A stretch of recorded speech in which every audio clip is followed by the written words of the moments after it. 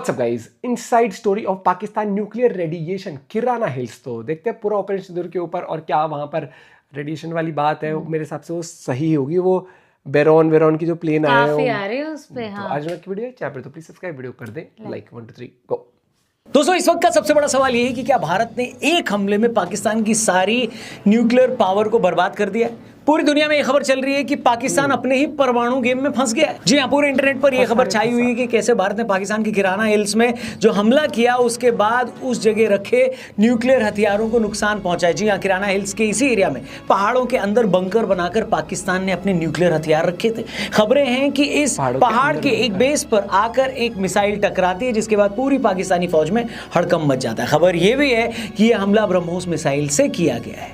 हमला इतना ताकतवर था कि उस हमले से उस इलाके में रिक्टर स्केल पर 5 से ऊपर का अर्थक्वेक आ जाता है। फिर खबर आती है कि इस हमले के फौरन बाद वहां पाकिस्तान की न्यूक्लियर एसेट्स को नुकसान पहुंचता है, उससे रेडिएशन होने लगता है।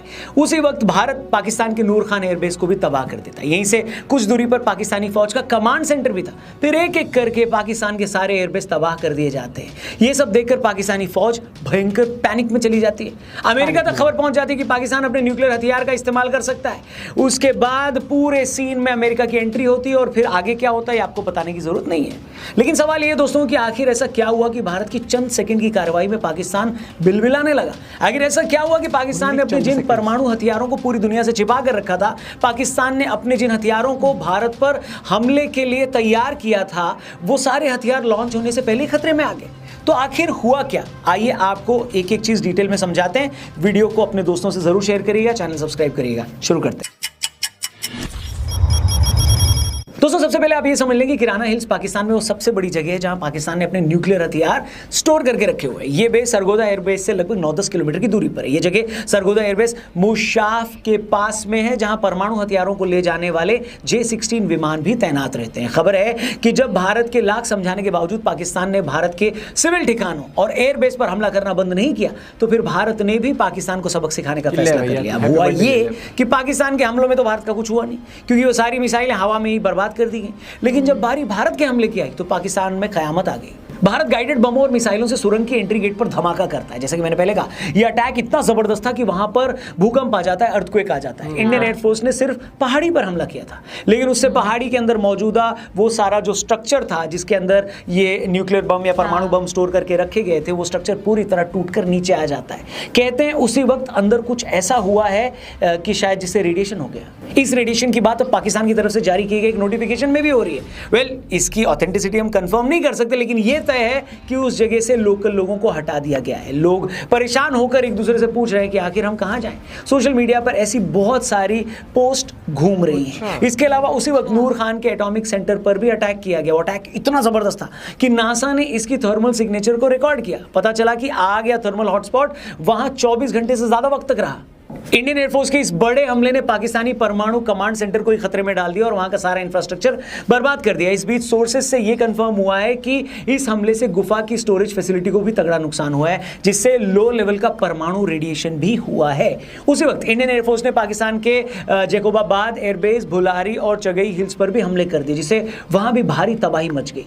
यही वो टाइम था जब रोता हुआ पाकिस्तान अमेरिका के पास पहुंचा और उसे बताया कि चचा हमारा सारा सौदा फट गया है, इंडिया को रोक लो वरना हम मारे जाएंगे। रेडिएशन की बात सुनकर अमेरिका की भी हालत खराब हो गई। जो अमेरिका कल तक ये बोल रहा था कि ये इंडिया और पाकिस्तान का लफड़ा है, एकदम से वो पूरा देश नींद से जाग गया। उसे समझ में आ गया कि अगर इंडिया को नहीं समझाया तो दिन निकलने से पहले पाकिस्तान का सूरज ही डूब जाएगा। अमेरिका की अगली टेंशन ये थी कि इन गधे पाकिस्तानियों ने अपने न्यूक्लियर ठिकानों पर क्या नुकसान करवा लिया, ये पता लगाया जाए।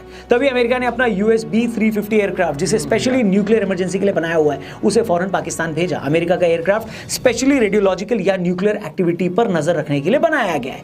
यही वो टाइम था जब इजिप्ट से एक एयरक्राफ्ट EGY-1916 रावलपिंडी में उतरता है। लोग हैरान हो जाते हैं कि इस माहौल में बिना किसी पैसेंजर के मिस्र का विमान पाकिस्तान में क्या कर रहा है, मगर यह पता लगते देर नहीं लगती कि मिस्र का यह विमान बोरोन की खेप लेकर पाकिस्तान आया है। आपको बता दें कि इजिप्ट में नील नदी के किनारे बोरोन के भंडार है। बोरोन एक ऐसा एलिमेंट है जो न्यूक्लियर रेडिएशन को अब्सॉर्ब करता है। बोरोन की खासियत यह है कि बोरोन कार्बाइड न्यूट्रॉन को अब्सॉर्ब कर लेती है और कोई बड़ा नुकसान नहीं होने देती है। अब जैसे ये सारी खबरें आई सामने तो दुनिया के लोगों को समझने में देर नहीं लगी कि एक गधे पाकिस्तान ने अपने न्यूक्लियर एसेट्स बर्बाद करवा लिए हैं। ये सब देखकर यूएस के डिपार्टमेंट ऑफ एनर्जी के एक रिटायर्ड ऑफिसर ने कहा कि ये अपने आप में इस बात का प्रूफ है कि पाकिस्तान के न्यूक्लियर हथियार अब बेकार हो गए और अमेरिका का विमान इन्हीं हथियारों को सेफ जगह पर डंप करने जा रहा है। अमेरिकी एक्सपर्ट्स ने कहा है कि अमेरिका का जहाज का वहां जाना, मिस्र से बोरोन का वहां लाया जाना और फिर पाकिस्तान का यूएस को बोलकर सीज फायर करवाना, डॉट्स कनेक्ट कर रहे हैं आप अपने आप में सब कुछ साबित करने के लिए काफी है कि आखिर वहां हुआ क्या। प्रधानमंत्री और केले बेचने वाले एक ही चीज बोलते हैं।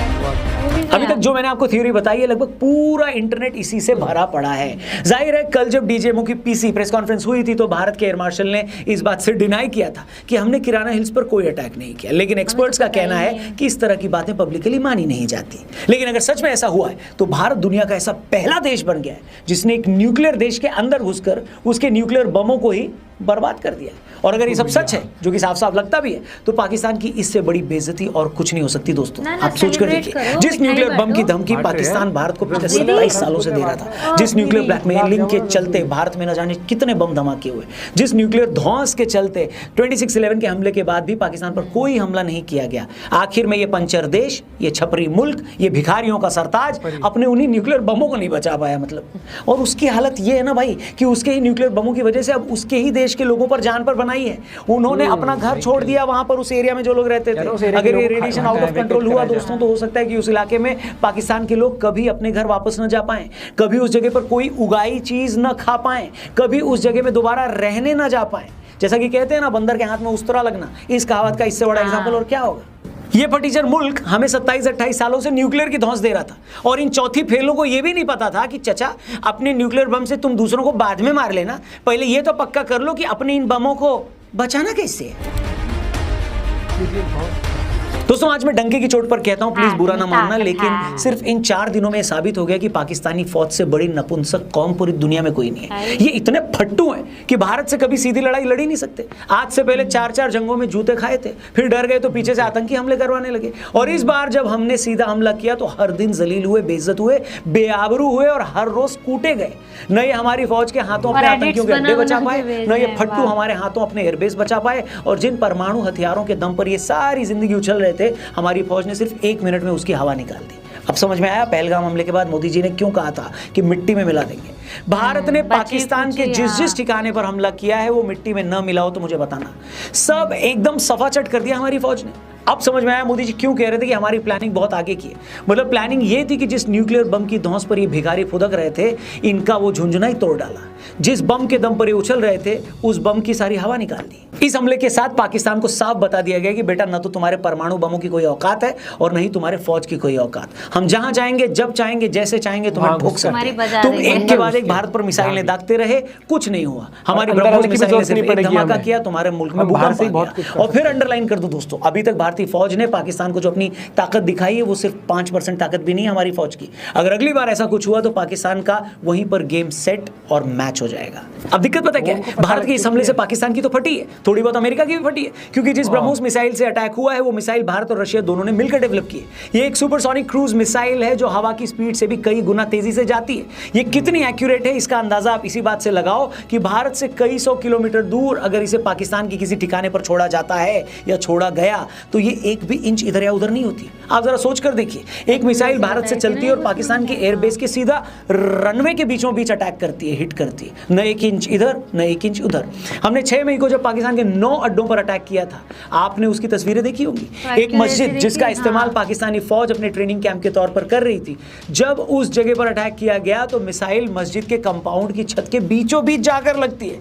ऐसा नहीं कि मिसाइल साइड में गिर गई या अगल बगल वाली मंजिल पर गिर गई, सीधा बीच में। इसको लेमैन की लैंग्वेज में अगर मैं आपको समझाऊं तो ये वैसा ही है जैसा अगर आप दिल्ली से एक बास्केटबॉल को उछालकर फेंकें और वो बास्केटबॉल मुंबई में किसी बास्केटबॉल के कोर्ट में लगे रिंग में चली जाए, बिल्कुल वैसे ही, एग्जैक्टली रिंग।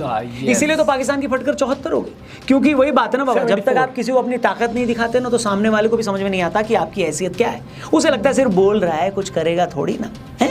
और सही कहूं तो इसी गलतफहमी में पाकिस्तान की पिलाई हुई है।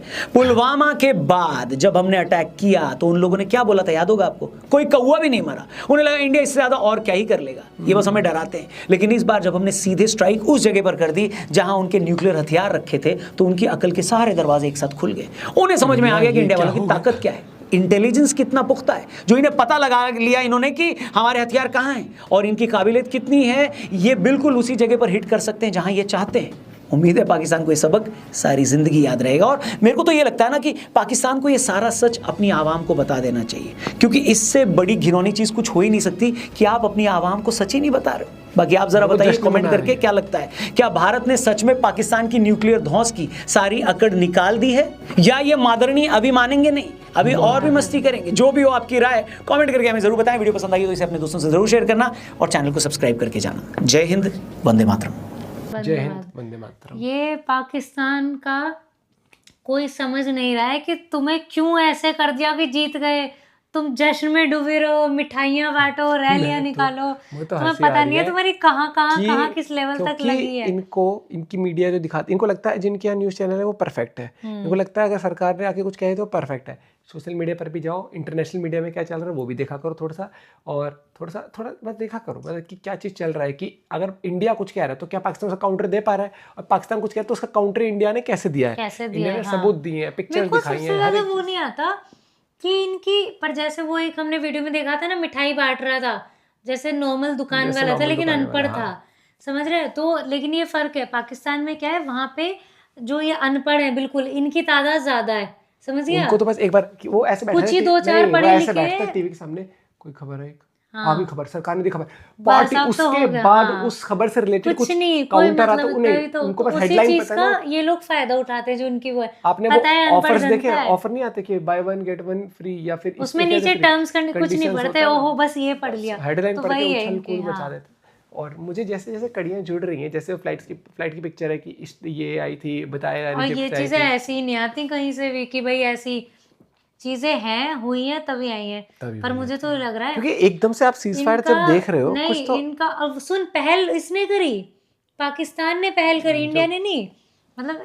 और तो मुझे हंसी आ रही है, इनका प्रधानमंत्री से लेके एक, मतलब प्रधानमंत्री बड़ा भिखारी हो गया इनका, पाकिस्तान का प्रधानमंत्री, एक जो नॉर्मल रोड वाला भिखारी है, दोनों के पास एक ही इंजन आता, हम एटमी ताकत हैं, हमारे पास न्यूक्लियर है, वो वहीं अगर फिस हो गई ना, इससे बड़ी बेइज्जती नहीं है। सबसे बड़ी बात है कि वहाँ की जनता को अभी तक ये बात पता नहीं लगी किसी भी तरीके से। समझना डाइवर्ट कैसे करा इन्होंने, डाइवर्ट तो छोड़, अगर पता लग जाए तो ये तो बेचार का एक भी हथियार ना बचे ऐसा वाला, क्योंकि इनकी तो जुबानी हथियार है ना, एटमी ताकत है, हम ये वो करते रहो, तुम अपनी सरकार से पूछोगे ना क्या हुआ तो तुम्हें बताएगी नहीं। बचा कुचा काम वो BLA वाले आपका कर ही रहे हैं, तो हैप्पी छोटी दिवाली हुई थी ना अभी। मिलते हैं आपसे वीडियो के साथ, बाय बाय, टेक केयर।